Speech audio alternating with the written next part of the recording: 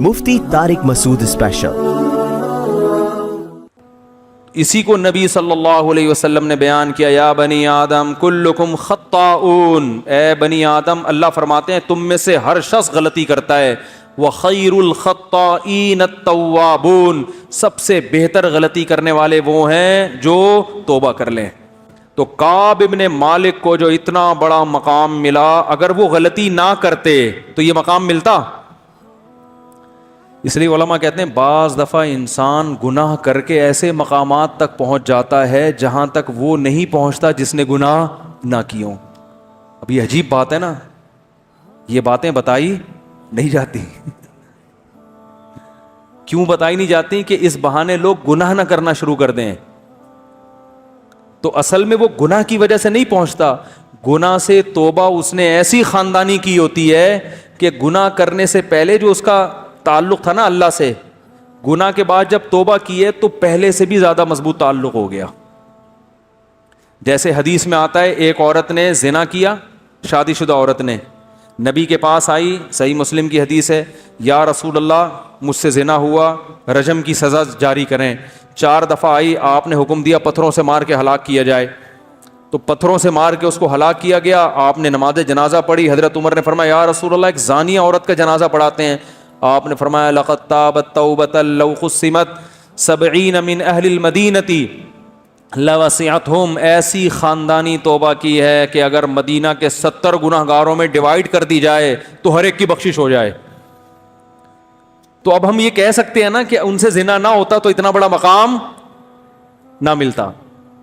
تو یہاں زنا نہیں ہے، زنا سے توبہ، زنا کی وجہ سے مقام نہیں ملا، زنا سے توبہ ایسی کی ہے کہ ایسی توبہ کوئی کرتا نہیں ہے کہ اپنے آپ کو پتھروں سے ہلاک کروانے کے لیے پیش کر دیا۔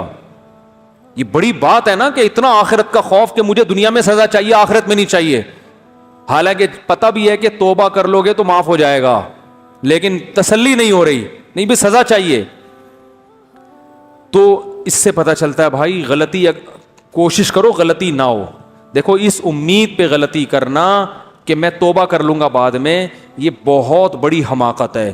یہ ایسے ہے جیسے اپنے آپ کو زخمی کرو اس امید پہ کہ بعد میں علاج کر لوں گا، تو ایسا تو کوئی بھی نہیں کرتا نا، ہو گیا نہ چاہتے ہوئے بھی ہو گیا، پھر ہے توبہ۔ تو کعب ابن مالک نے یہ سوچ کے تھوڑی غزوہ تبوک سے پیچھے رہ گئے تھے کہ بعد میں توبہ کروں گا، بلکہ وہ تو شیطان نے ورغلایا، اور کھیتیاں پکی ہوئی تھیں، پورے سال باغ پہ محنت کی تھی، گرمی تھی، اب کھجور کھانے کا وقت آیا، سارے سال کی محنت ضائع ہوتے ہوئے نظر آ رہی ہے کہ تبوک میں چلے گئے تو، اور پھر یہ بھی سوچ رہے ہیں ہم تو ہر جنگ میں شریک رہے ہیں تو اس میں نہیں گئے تو کیا ہو گیا۔ تو اس طرح سے شیطان نے کیا کیا، روک لیا۔ اور شیطان کو پتا ہوتا نا کہ یہ ایسی خاندانی توبہ کریں گے، وہ کہتا بھائی آپ جائیں۔ وہ کیا کہتا،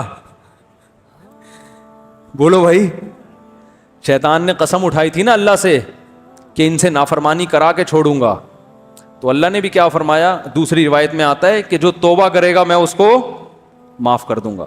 تو شیطان اپنا کام کرا رہا ہے، آپ اپنا کام کرو۔ شیطان اگر پچھاڑ دیتا ہے تو توبہ کر کے اللہ کو مناؤ دوبارہ۔ تو کعب ابن مالک کی جو اتنا جو عزت ملی اس لیے کہ غلطی کا اعتراف کیا، جو سزا مل رہی ہے اس کو اللہ کا حکم سمجھ کے برداشت کی، اتنا بڑا مقام مل گیا ان کو جو غزوہ تبوک میں پیچھے رہ گئے تھے۔ منافقین نے کیا کیا اور مخلصین نے کیا کیا، اب دونوں کا آپ دیکھیں۔ آپ صلی اللہ علیہ وسلم جو تمام مخلوق میں سب سے افضل اور برتر ہیں، اس حیثیت سے نہیں کہ آپ عرب تھے، اس حیثیت سے نہیں کہ آپ قریشی ہیں، اس حیثیت سے نہیں کہ آپ ابراہیم علیہ السلام کی اولاد میں ہیں، نہ نہ نہ نہ نہ، اس حیثیت سے کہ اللہ نے ساری دنیا کے سارے انسانوں تک اپنا پیغام پہنچانے کے لیے جو سلیکشن کی ہے وہ کس کی، محمد ابن عبداللہ صلی اللہ علیہ وسلم کی۔ تو اس حیثیت سے اگر اللہ کے نبی کی پیروی ہوگی، آپ کو راضی کریں گے، تو اس میں اللہ پہلے ہوگا، نبی بولو بھائی بعد میں، کیونکہ اس میں اصل مقصد کس کو راضی کرنا ہے، اللہ کو، اللہ کی رضا کے لیے نبی کو راضی کیا جا رہا ہے۔ منافق کیا کرتے تھے کہ جب تبوک سے واپسی پر وہ یہ دیکھا انہوں نے، بلکہ بعض مخلص صحابہ بھی جو غزوہ تبوک میں پیچھے رہ گئے تھے، منافقین نے کیا کیا اور مخلصین نے کیا کیا. اب دونوں کا آپ دیکھیں. منافقین نے کیا کیا, انہوں نے کہا کہ جا کے نبی کے سامنے, نبی صلی اللہ علیہ وسلم ہم پہ غضبناک ہوں گے کہ اتنی سخت مصیبت میں تم نے ہمارا ساتھ کیوں نہیں دیا. منافقین نے آپس میں مشورہ کیا کہ ہم نبی کو تکلیف میں دیکھنا, بولو بھائی, نہیں چاہتے, تو جھوٹ بول دو جا کے کہ ہمیں یہ عذر تھا, یہ عذر تھا, تو نبی صلی اللہ علیہ وسلم کو تکلیف بھی نہیں ہوگی, آپ ہم سے خوش بھی ہو جائیں گے. تو یہ وہ خوشی ہے جس میں آپ صلی اللہ علیہ وسلم کی ذات کو ملحوظ رکھا جا رہا ہے. آپ صلی اللہ علیہ وسلم کو من حیث الرسول راضی کرنے کی کوشش نہیں کی جا رہی, کیونکہ رسول کی حیثیت سے آپ کو راضی کرتے تو کہتے پہلے اللہ, اور اللہ جھوٹ بولنے پر راضی, بولو بھائی, نہیں ہوتا. انہی کے لیے اللہ نے فرمایا اے نبی اگر آپ ان سے راضی ہو بھی گئے اللہ نہیں ہوگا راضی, ان کو بتا دیں, ٹھیک ہے, نبی کو خوش کر لو, اللہ راضی نہیں ہوگا. اور جو مخلص تھے, ہلال ابن امیہ, کعب ابن مالک, مرارہ ابن ربیع رضی اللہ عنہم, یہ 3 صحابی مخلص تھے, یہ پیچھے رہ گئے. انہوں نے کیا سوچا کہ بھائی نبی کی رضا بذات خود مقصود نہیں ہے, وہ مقصود ہے اللہ کی وجہ سے, تو آج ہم سچ بولیں گے نبی ناراض ہو جائیں گے, لیکن اگر جھوٹ بولے تو نبی تو خوش ہو جائیں گے لیکن اللہ ناراض. تو انہوں نے صاف صاف آ کے کہا, جب رسول اللہ صلی اللہ علیہ وسلم نے کعب ابن مالک سے پوچھا الم تکن قد ابتعت ظہرک, اے کعب ابن مالک تمہارے پاس سواری نہیں تھی تبوک میں جانے کے لیے؟ تو انہوں نے کیا فرمایا, یا رسول اللہ سب کچھ میرے پاس موجود تھا, کوئی عذر نہیں, کوئی عذر نہیں پیش کر سکتا میں. آپ صلی اللہ علیہ وسلم کا چہرہ غصے سے, بولو بھائی, سرخ ہو گیا. دیکھو تکلیف ہو رہی ہے نا آپ کو, لیکن کعب بن مالک کیا سوچ رہے ہیں, بھائی اگر اللہ کو ناراض کر کے اللہ ناراض ہو جائے گا, میں بھی, وہ فرماتے ہیں کہ مجھے اتنے لوگوں نے ورغلایا کہ جھوٹ بول دو, کہ قریب تھا کہ میں بھی کچھ, بھائی نبی کی یہ تکلیف تو نہیں دیکھی جاتی تھی نا صحابہ سے.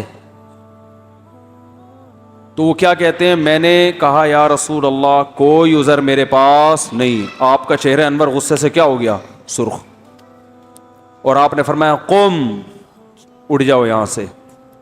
صحابہ کے لیے یہ جملہ پہاڑ سے کم نہیں تھا, جتنا ان کو عشق و محبت تھی نا نبی سے, ان کے لیے یہ جملہ, یہ کہنا آسان ہے, جس پہ گزری ہوگی وہ جانتا ہے اس جملے کا وزن کیا تھا. قم حتی یقضی اللہ فیک. ان بچوں کو کنٹرول کریں بھائی, یار مسجد کے کوئی خادم ہے نا, اوپر جا کے ذرا بچے شور مچا رہے ہیں.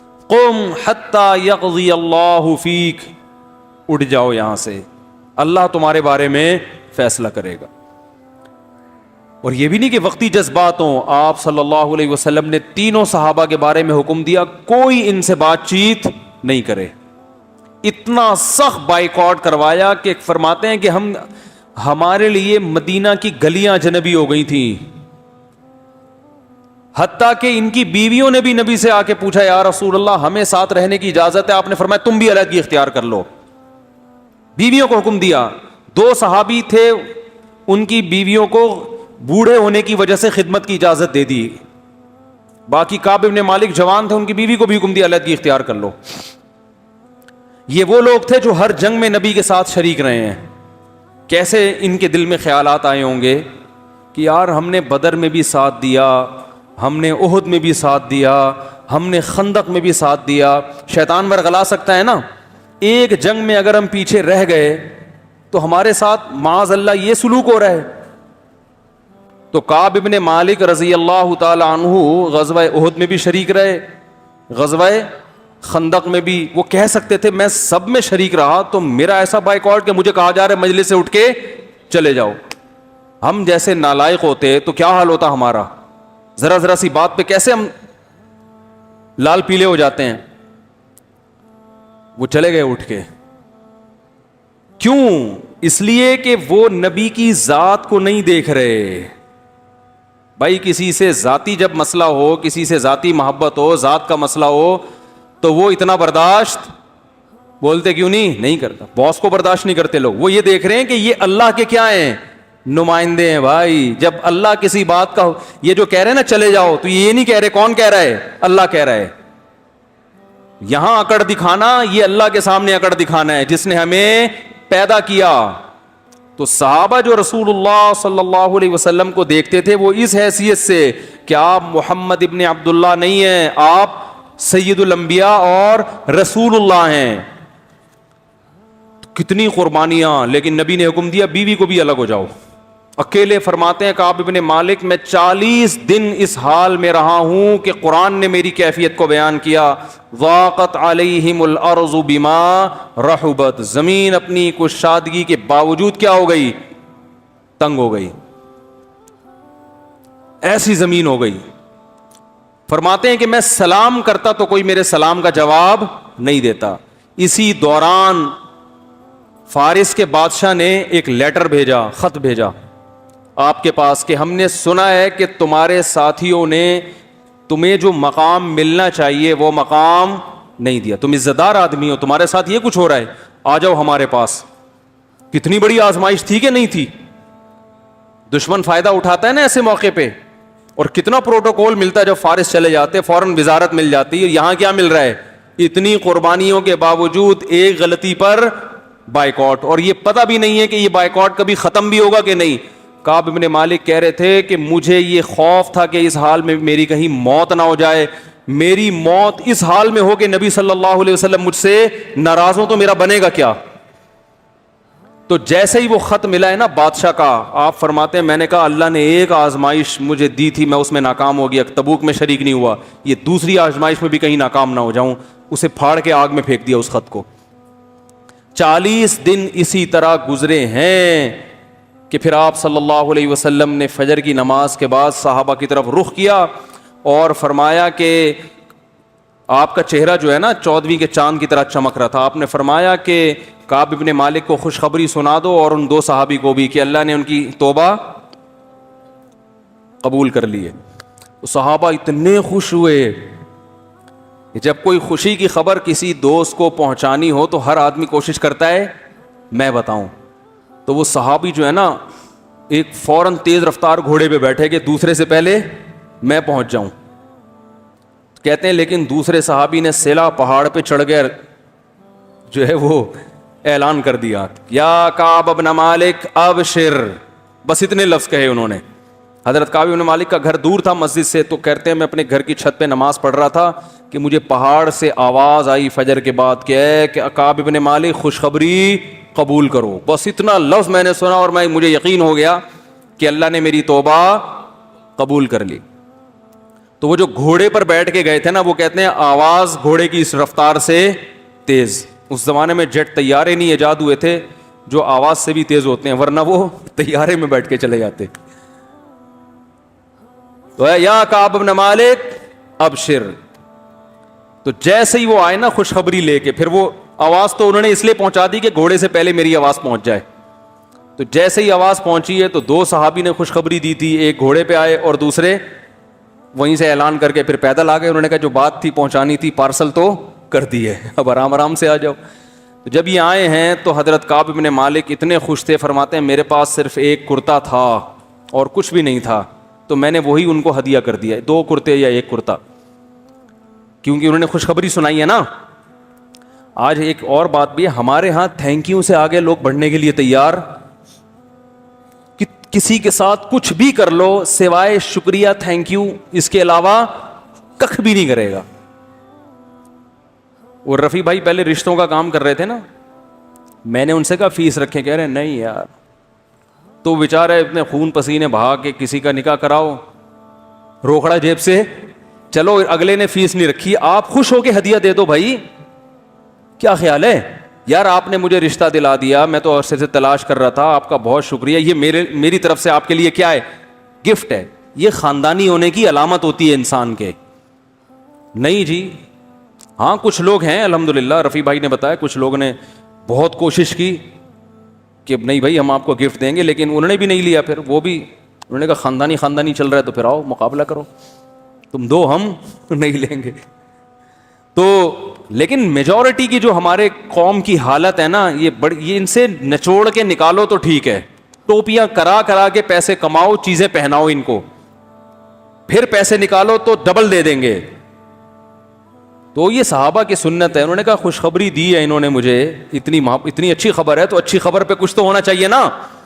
تو جب کوئی اچھی خبر دیا کرے نا, کچھ نہ کچھ کوئی خوشخبری سنایا کرے, کچھ گفٹ دے دیا کرے اس کو. تو خیمے میں خیر مسجد میں آیا تو میں نے دیکھا کہ استنار وجہہ کأن وجہہ قطعۃ قمر, آپ کا چہرہ ایسے چمک رہا تھا جیسے چاند کا ٹکڑا. اور بشارت کے الفاظ جو نبی کی زبان سے نکلے اس وقت, یا کعب بن مالک ابشر بخیر یوم مر علیک منذ ولدتک امک. کیا مزہ آیا ہوگا حضرت کعب بن مالک کو یہ سن کے. اے کعب میں تجھے خوشخبری دیتا ہوں ایسے دن کی کہ جب سے تیری ماں نے تجھے جنا ہے ایسا خوشی کا دن آج تک تیری زندگی میں نہیں آیا. ایسے دن کی مبارکباد. ہم مبارکباد دیتے ہیں, بھائی عید کا دن ہے مبارک ہو, آپ کی شادی ہو گئی سمجھ میں نہیں آ رہا مبارک دیں یا کیا, ابھی تو بعد میں پتہ چلے گا, آپ کے بچہ پیدا ہو گیا مبارک ہو, ایسا ہی ہوتا ہے نا. یہ الفاظ ہم نے کسی کو کہے ہیں کہ آج ایسا دن ہے کہ جب سے پیدا ہوئے ایسا دن آپ کی خوشی کا آپ کی زندگی میں نہیں آیا, تو ایسی خوشی کے دن کی مبارکباد. تو نبی کے الفاظ کیا ہیں, ابشر بخیر یوم, سب سے بہترین دن, یعنی خوشی کے لحاظ سے. ویسے تو بہترین دن وہ تھا جس دن آپ نے اسلام قبول کیا نا, لیکن خوشی جس دن سب سے زیادہ ہو رہی ہے, آپ نے فرمایا جب سے تمہاری ماں نے تمہیں جنا ہے ایسا خوشی کا دن تمہاری زندگی میں نہیں آیا, اس دن کی مبارکباد قبول کرو. تو اب جو میں بتانا چاہ رہا ہوں نا, اتنا لمبا واقعہ میں نے جو کھینچا ہے, آگے سنو جو میں سمجھانا چاہ رہا ہوں کہ اسلام میں سب کچھ کیا ہے, اللہ پیغمبروں کو بھیجتا ہے اپنے انٹروڈکشن کے لیے. اللہ چاہتا ہے سب کس کی طرف آئیں, ففروا الی اللہ, اللہ کی طرف دوڑو. اللہ کے سوا کسی ذات کو مقصود بنا لو گے اللہ کو پسند نہیں ہے. اور یہی نبی صلی اللہ علیہ وسلم نے اپنی امت کا ذہن بنایا, اور قرآن بھی یہی کہتا ہے. تو اب دیکھو کیوں نبی کی ٹریننگ کیسی تھی, صحابہ کو کیسا نبی نے, یہ جو فلسفہ میں آپ کو بتا رہا ہوں یہ رسول اللہ صلی اللہ علیہ وسلم نے صحابہ کو کیسا دماغ میں ان کے اتارا تھا. جب نبی نے یہ خوشخبری سنائی ہے, ابشر بخیر یوم مر علیک منذ ولدتک امک, اے کعب تیری ماں نے جب سے تجھے جنا ہے اس دن سے لے کے آج تک تیری زندگی کا جو سب سے خوشی کا دن ہے اس کی خوشخبری قبول کر, اس کی مبارکباد قبول کر. تو فوراً کعب بن مالک نے کیا کہا ہے, امن کا ام من عند اللہ, یا رسول اللہ یہ خوشخبری آپ اپنی طرف سے دے رہے ہیں یا اللہ کی طرف سے؟ نہیں آ رہی بات, کیونکہ میں نے جو 40 دن ٹینشن اٹھائی ہے یہ کس کے لیے اٹھائی ہے, اللہ کے لیے. کیونکہ میں اگر آپ کو راضی کرنا چاہتا تو جیسے منافقین نے اس وقت گھمائی باتوں کو میں بھی گھما لیتا تو یہ ٹینشن ہوتی نہیں. یہ تو ہم سب کس کے لیے کر رہے ہیں, تو یہ خوشخبری مجھے اس کی جو ہے نا کنفرمیشن چاہیے, مجھے اس کی تسلی چاہیے. ہل من کا ام من عند اللہ, یہ جو آپ بشارت دے رہے ہیں آپ نے مجھے معاف کیا ہے یا اللہ نے کیا ہے؟ بھائی دو جہتیں, نبی بھی تو ناراض ہو گئے تھے نا. تو کعب بن مالک کے دل میں خیال آیا بھائی ابھی اللہ نے تو ہو سکتا ہے توبہ قبول نہ کی ہو, اس کے لیے الگ سے نبی جو ذاتی طور پر بھی تو ناراضی ہوتی ہے نا انسان کو. بھئی آپ صلی اللہ علیہ وسلم جنگ کے کمانڈر ہیں, امیر ہیں, خلیفہ ہیں, اس حیثیت سے بھی تو انسان ناراض ہوتا ہے. تو ہو سکتا ہے اس حیثیت سے آپ ناراض ہوئے ہوں اور آپ اب خوش ہو گئے ہوں. تو جو اصل مسئلہ تھا وہ تو اب بھی کیا ہے, اٹکا ہوا ہے. تو فوراً یہ سوال کرنا, دیکھو ہوتا کیا ہے, نبی صلی اللہ علیہ وسلم یوں فرماتے کہ ابشر بخیر یوم, سب سے بہترین دن کی مبارکباد قبول کرو. آپ فرماتے یا رسول اللہ قبول کی, خوش ہوتے یا رسول اللہ آپ دعا فرمائیں اللہ نے آپ کو راضی کر دیا مجھ سے. اب تھوڑی دیر کے بعد پوچھتے یا رسول اللہ میں ایک اور بات آپ سے پوچھنا چاہتا ہوں کہ آپ تو مجھ سے راضی ہو گئے ہیں, اللہ بھی ہوا ہے کہ نہیں ہوا؟ یہ تھوڑی دیر بعد بھی تو ہو سکتا تھا نا. یار نہیں, وہ تلوار کہاں ہے بھائی, کدھر گیا؟ آپ کو بولا ہے میں مذاق تھوڑی کروں, تلوار یہاں روب ہوتا ہے بھائی, لا کے رکھا کرو تلوار یہاں پہ. سوال سمجھ میں آ رہا ہے؟ بھائی ہم ہوتے اول تو ہم پوچھتے ہی نہیں, اول تو یہاں تک ہماری تو نوبت پہنچتی نہیں, ہم تو کہتے ہیں ابے بھائی میں اتنے کچھ کارنامے سر انجام دے چکا ہوں بھائی, کیا چھوڑو یار, ہم نے تو بھائی اپنی طرف سے کوشش کر لی. جیسے آج ہوتا ہے نا, اس لیے میں کہتا ہوں جو ابا کو راضی ہے نا, جو لوگ کہتے ہیں ابا یوں ہیں تو ابا اب میرا میٹر گھوم گیا ہے, اور بھائی ابا کو جو خوش کرنا ہے اس لیے نہیں کہ آپ کے ابا ہیں, اس لیے کہ ان کو خوش کرنے کا حکم کس نے دیا ہے؟ اللہ نے. جب اللہ سامنے ہوتا ہے نا تو پھر انسان بڑوں کے سامنے نخرے نہیں کرتا. کہ باس سے لڑو, بھائی آپ نے کمپنی کے لیے بہت کچھ خدمات کی, ایک دفعہ آپ کی سے غلطی ہو گئی, باس نے کہا بھائی نکل یہاں سے, میں تیرا بائیکاٹ کروں گا, آپ جو لو جاؤ, اڑے تمہارے باپ کا تھوڑی کھاتے ہیں, تنخواہ لیتے ہیں, اچھا لگتا ہے, خدا میں آپ کو ایوارڈ دوں گا. یہ غیرت مند ہونے کی کیا ہے؟ کیونکہ باس کو جو خوش کر رہے ہو اللہ کے لیے تھوڑی, باس کو بھائی پیسوں کے لیے خوش کرتا ہے آدمی, یار باس سے بنا کے رکھو, تنخواہ ٹائم پہ ملے گی, اور فری پھوکٹ میں تھوڑی آپ اس کی کمپنی چلا رہے ہو, وہ بھی تو کما رہا ہے نا, ارے وہ بھی کما رہا ہے تو وہ بھی آپ کو دے رہا ہے, تو دونوں ایک دوسرے فائدہ اٹھا رہے ہیں, کسی کا کسی پر احسان نہیں ہے. تمیز سے چلے گا, نہیں چلے گا جا اڑے یہاں سے, اڑے تڑے کر کے بات کرو آپ, وہاں ایسا نہیں ہوتا. اور باپ کا جو حیثیت ہے نا, ماں اور باپ کی, وہ یہ نہیں ہے کہ آپ کے ابا ہیں تو ابا اچھے چل رہے تھے تو آپ بھی اچھے چل رہے تھے, ابا کا میٹر شارٹ ہو گیا تو آپ نے 2 دفعہ برداشت کیا, تیسری دفعہ میں آپ نے کہا ابا میں اب اس سے زیادہ برداشت نہیں کر سکتا, ایسی کی تیسی. نا نا نا نا, ابا کو جو راضی کرنا ہے وہ ابا کے لیے نہیں, وہ کس کے لیے؟ اللہ کے لیے. کیونکہ ابا کی بھی 2 حیثیتیں ہیں, یعنی ابا سے جو اچھا سلوک کرتے ہو 2 وجہ سے, ایک تو اس لیے کہ ابا ہیں, تو یہ تو ہندو بھی کرتا ہے, اتنا نہیں کرتے جتنا مسلمان کرتے ہیں, لیکن بہرحال کرتے تو رسپیکٹ تو دیتے ہیں نا. انگریز بھی, میں نے ایک انگریز کو دیکھا آسٹریلیا میں اپنی بوڑھی ماں کو گلے مل کے ایسے کھڑا ہوا ہے, مجھے بڑا اچھا لگا یار, بوڑھی ماں تھی ایسے گلے مل رہا ہے. میں نے کہا کہاں کیا ہو رہا ہے؟ پتہ چلا کہ وہ کسی دوسرے ملک جا رہی ہے اماں. مجھے اچھا لگا یار, چلو کافر ہیں مگر اپنی ماں کو عزت دے رہا, کافی دیر تک اپنی ماں سے گلے مل کے چپکا رہا, وہ بڑا اچھا لگ رہا تھا مجھے. تو وہ بھی دیتے ہیں بھائی, چاہے تھوڑی دیر کے لیے دے رہا ہو, پھر واپسی پہ اولڈ ہوم میں کرا دے, ہو سکتا ہے نہ کرا رہا ہو, سارے تھوڑی کراتے ہیں, بہت سے گھر میں بھی رکھتے ہیں ابا اماں کو, لیکن یہ رسپیکٹ دینے کی وجہ کیا, یہ کیا ہے؟ اماں. ہم جو ماں باپ کو عزت دیتے ہیں بھائی, یہ غلط فہمی دماغ سے نکال دو, وہ اس لیے نہیں دے رہے کہ محض اس لیے کہ ابا ہیں اور یہ اماں ہیں, بلکہ اس لیے کہ اللہ نے فرمایا وَوَصَّيْنَا الْإِنسَانَ بِوَالِدَيْهِ, اللہ فرماتے ہیں تیرے باپ نے تجھے اپنی رسپیکٹ کا حکم نہیں دیا, میں نے حکم دیا تجھے کہ اپنے باپ کی عزت کر, اور حکم نہیں دیا, وصیت کی ہے جو حکم سے بڑھ کر چیز ہے. تو جب اللہ کی وجہ سے کسی کو عزت دی جاتی ہے تو پھر وہ کیفیت ہوتی ہے جو کس کی تھی؟ کعب ابن مالک رضی اللہ عنہ کی تھی. بہت مشکل ہے بھائی, بات سمجھانا بہت مشکل ہو گیا. تو پھر سمجھ میں کیوں نہیں آ رہی؟ اگر اتنا آسان ہے تو رپورٹیں تو وہی آ رہی ہیں, جو میرا بیان سن رہے ہیں ان کی رپورٹیں بھی کوئی اتنی اچھی کہ بھئی چلو سن کے اتنے اچھے بن گئے کہ اب وہ ویسے کے ویسے ہی ہیں. تو رپورٹ جب تک نہیں آئے گی اس کا مطلب بیان سمجھ میں نہیں آ رہا. تو خیر, کعب ابن مالک کو نبی نے کیا فرمایا؟ خوشخبری قبول کرو. تو ایسا لگتا ہے فوراً جب کہا نا من کا من ام من عند اللہ, اس کا مطلب ان کے دماغ میں بس ایک چیز سوار ہو گئی تھی کہ کس کو راضی کرنا ہے؟ اللہ کو. اس لیے فوراً پوچھا یا رسول اللہ یہ خوشخبری آپ کی طرف سے ہے یا اللہ کی طرف سے؟ نبی نے فوراً جواب, نبی بھی غضبناک نہیں ہوئے. ہاں میں کہہ رہا تھا اگر ہم ہوتے, پیر صاحب ہوتے جو مارکیٹ میں چل رہے ہیں, میں اپنے مرید سے کہتا, پہلے کئی دن ناراض رہتا, میں کہتا اب میں خوش ہو گیا ہوں.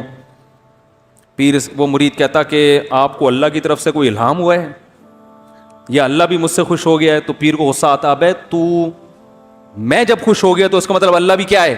خوشی ہے. یہی ہوتا ہے نا بھائی, میں اور اللہ میں کوئی فرق معاذ اللہ ہے ہی نہیں. پیر صاحب خوش ہیں تو کون خوش ہے؟ اللہ خوش ہیں. پیر صاحب ناراض ہیں تو کون ناراض ہیں؟ اللہ ناراض. تو خیر رسول اللہ صلی اللہ علیہ وسلم سے فوراً کعب ابن مالک نے پوچھا یا رسول اللہ امین کا ام من عند اللہ, یہ جو خوشخبری آپ دے رہے ہیں کہ ایسا دن میری زندگی میں کبھی بھی نہیں آیا, اس دن کی مبارکباد جو آپ دے رہے ہیں یہ مبارکبادی آپ کی طرف سے ہے یا اللہ کی طرف سے؟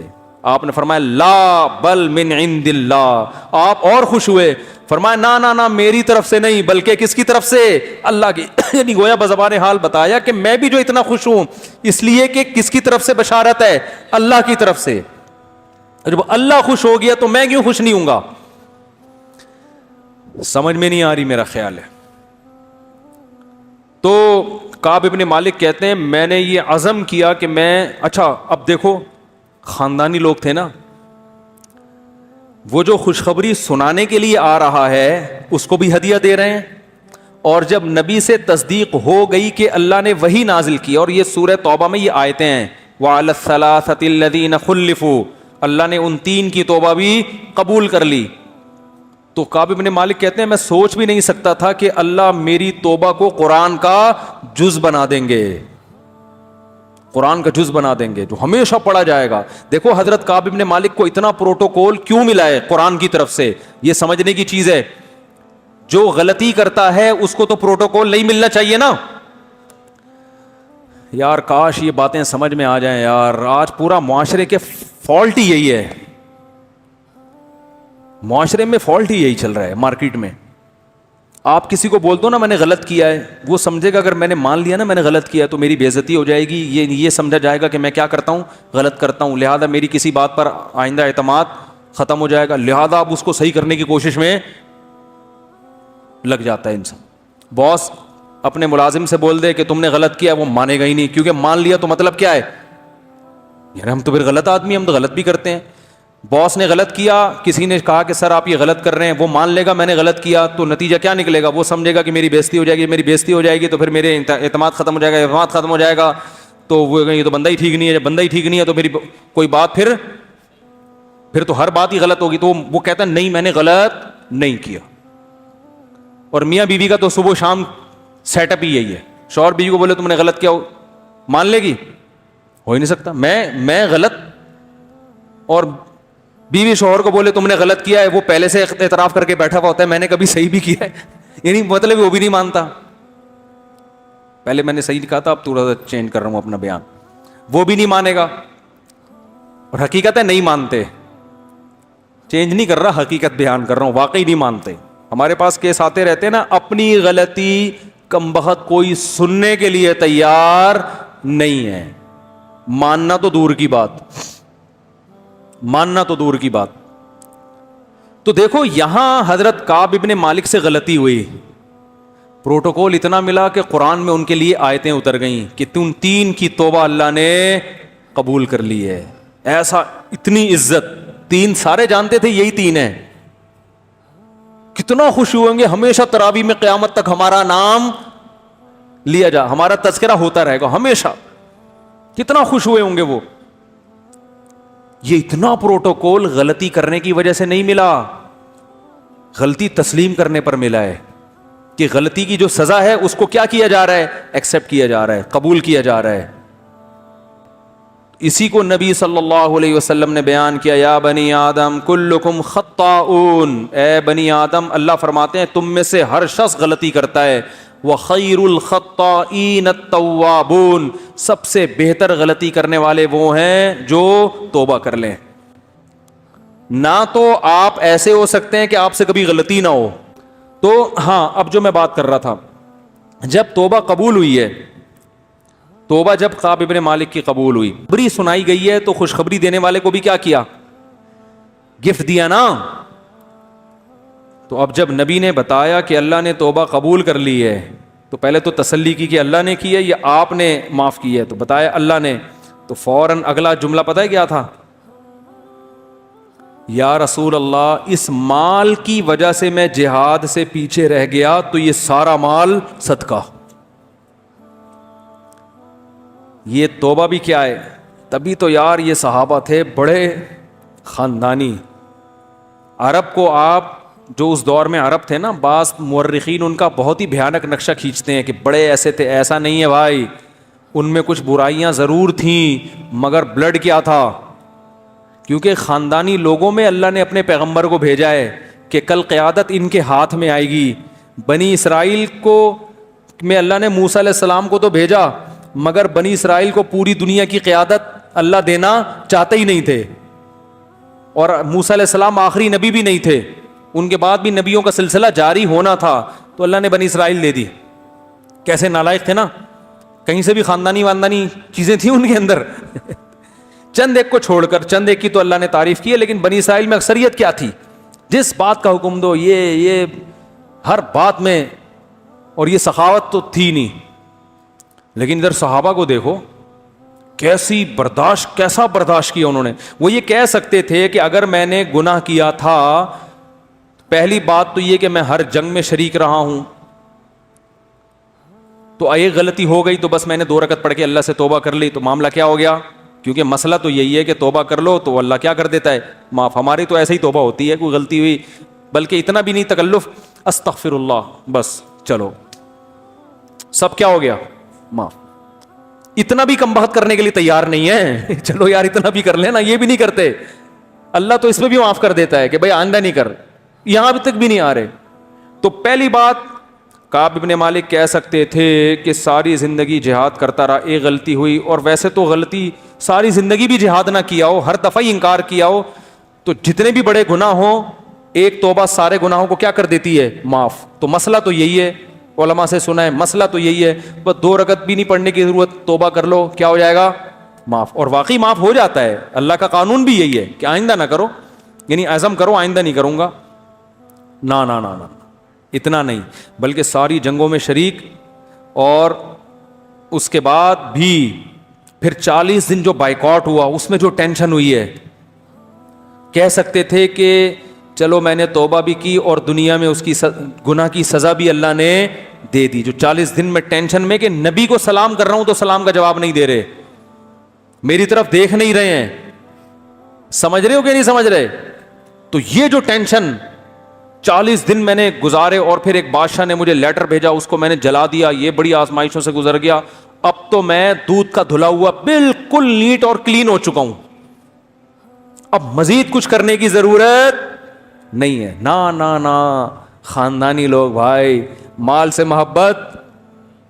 جو صحابہ کی غلطیوں کو ہائی لائٹ کرتا ہے نا, وہ سمجھ رہا ہوتا ہے کہ وہ اپنے اوپر قیاس کر رہا ہوتا ہے کہ جیسے ہم سے ہوتی ہیں تو اسی طرح ان سے.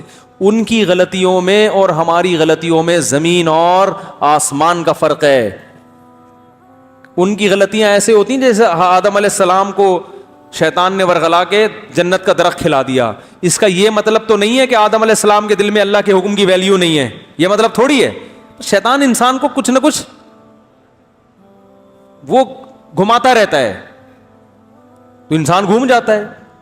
ہم جو غلطی کرتے ہیں تو اللہ کا خوف ہمارے دل سے نکل چکا ہوتا ہے, اللہ کی عظمت ہمارے دل سے نکل چکی ہوتی ہے. تو صحابہ کے دل سے اگر اللہ کی عظمت نکلی ہوتی تو اتنی قربانیاں جو انہوں نے دی ہیں وہ قربانیاں نہ دیتے. دیکھو حضرت ابو سفیان کو شیطان نے روکا اسلام قبول کرنے سے. یہ بات آج نیگیٹو اس میں بیان کی جاتی ہے وے میں کہ اتنی دیر سے اسلام قبول کیا جب سب کچھ حل ہو چکا تھا. او بھائی, شیطان نے ان کو روکا ہے, ورغلایا, لیکن جب قبول کیا انہوں نے اسلام, تو پھر اس اسلام لانے کے بعد کی قربانیاں دیکھو ان کی. ان کو یہ احساس تھا کہ میں دیر سے مسلمان ہوا ہوں تو اب مجھے اس کی تلافی کرنی ہے. میدان جہاد میں نکل گئے, زندگی جہاد میں گزاری حضرت ابو سفیان رضی اللہ تعالیٰ عنہ نے. حالانکہ وہ تو عرب کے سردار تھے, وہ تو مدینہ میں بیٹھ کے کھاتے, ان کو تو بڑا پروٹوکول ملتا. انہوں نے کہا بھائی یہ میں نے غلط کیا, میں دیر سے مسلمان ہوا, اب اس کی تلافی کیسے ہوگی. تلوار لے کے میدانوں میں نکل گئے, اور اپنی زوجہ حضرت ہندہ کو بھی لے کر گئے میدان جہاد میں کہ میں اگر میدان میں بھاگ گیا تو میری بیوی مجھے آر دلائے گی. یہ قربانی جس نے دی ہو اس کے بارے میں نیگیٹو کلپ بنا بنا کے ان کی خامیوں کو ہائی لائٹ کرنا, یہ بدبختی کی بات ہے یا نہیں ہے. تو خیر, حضرت کعب ابن مالک نے کہا کہ یا رسول اللہ, اس مال کی وجہ سے میں پیچھے رہا ہوں. یہ تعویل بھی نہیں کر رہے کہ نہیں ایکچولی وہ مال کی وجہ سے تو نہیں, وہ تو ایک ویسے ہی میرا بزنس تو ہے, لیکن میں نے سوچا کہ اتنے لوگ ہیں تبوک میں جانے والے, میں نہیں گیا تو کیا ہوگا. نا نا نا, پوری اپنی غلطی کا اعتراف کر رہے ہیں. یا رسول اللہ, اس مال نے مجھے روکا ہے, تو اب اس کی تلافی یہ ہے کہ اس مال کی ایسی کی, بولو بھائی, یہ میری اپنی زبان ہے نا, ابھی آپ حدیث گوگل میں ایسی کی تیسی لکھ کے تلاش کر رہے ہیں حدیث نمبر. کچھ ہمارے اپنے ترجمے بھی ہوتے ہیں جو اس کی عکاسی کر رہے ہوتے ہیں کہ ان کی نیت یہی تھی. تو اس مال کی کیا ایسی کی پورا مال صدقہ. کوئی کر سکتا ہے یار؟ بولتے کیوں نہیں یا رسول اللہ پورا مال صدقہ, جہاں چاہے خرچ کریں. یہاں بھی ہم پیر ہوتے, ہم کہتے لے آ بھائی, کیا کر لے بھائی, لے آ. آج تو بڑا جوش میں مرید نے آج جیب میں ہاتھ ڈالا ہے اور جوش میں بھی ہے, لے آ. آپ صلی اللہ علیہ وسلم نے فرمایا نہ, کیونکہ آپ جانتے تھے یہ مخلص صحابی ہیں, ان کے بیوی بچے بھی ہیں, چلو ایک ان سے کوتاہی ہوئی تھی تو اب کیا ہے, یہ تو اپنے لحاظ سے صحیح کر رہے ہیں مگر میں نے اپنے ساتھیوں کا بھی خیال کرا. فرمایا نہ پورا مال نہیں. پھر پتہ نہیں آدھا مال کیا یا 1/3 کیا یا کیا کیا, مجھے اس وقت حدیث پوری ذہن میں نہیں. منع کیا ان کو کہ نہیں پورے مال نہیں صدقہ کرو, کچھ حصہ مال کا کچھ حصہ ان سے صدقہ کروایا, تو باقی رہنے دو, استعمال کرو.